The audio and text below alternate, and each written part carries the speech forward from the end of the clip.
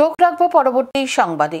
বিরোধীদের চোখের ছাউনি অপারেশন করার পরামর্শ দিলেন মুখ্যমন্ত্রী ডাক্তার মানিক সাহা। বৃহস্পতিবার সাংবাদিকদের এক প্রশ্নের জবাব দিতে গিয়ে মুখ্যমন্ত্রী বলেন,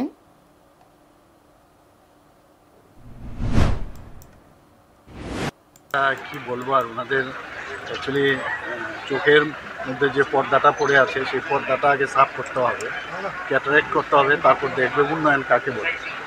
সমস্ত বাইরের থেকে মানুষ আসছে এখানে এসে বলছে যে কি আগরতলা আগে দেখেছিলাম আর এখন কি ত্রিপুরা আমরা আগে দেখেছিলাম এখন কি, আর ওনারা বলছেন কিছুই হচ্ছে না। আমি ওনাদের কি করব, ক্যাটারেক্টই হয়েছে বলো, কাজেই আমার মনে হয় ক্যাটারেক্ট অপারেশন করলেই ভালো। ঠিক আছে।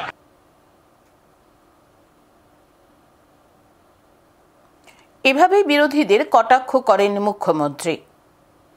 এখন সময় বিরতির, সঙ্গে থাকুন।